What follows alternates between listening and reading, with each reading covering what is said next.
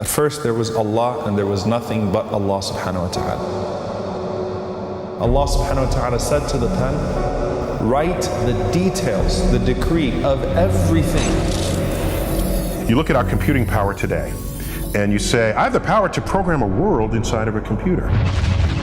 Well, imagine in the future where you have even more power than that, and you can create characters that have free will. So this is a world, and I program in the laws that govern that world. 40 years ago, we had Pong, like 2 rectangles and a dot. 40 years later, we have photorealistic 3D simulations with millions of people playing simultaneously, and it's getting better every year. So if you wait long enough, there are going to be many, many more simulated universes than there are real ones. Statistically, you're in the simulated one, not the real one. Yeah, exactly.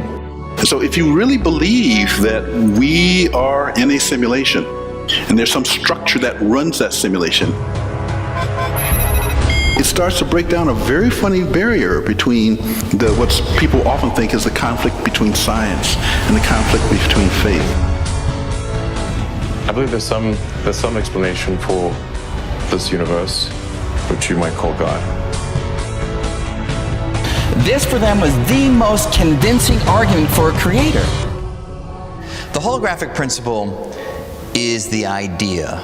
This 3D reality might be sort of like a holographic projection of more fundamental information and laws that exist and operate on a thin 2-dimensional surface. The 3-dimensional world is a kind of illusion. The ultimate precise reality is the 2-dimensional reality at the surface of the universe. The preserved and protected tablet.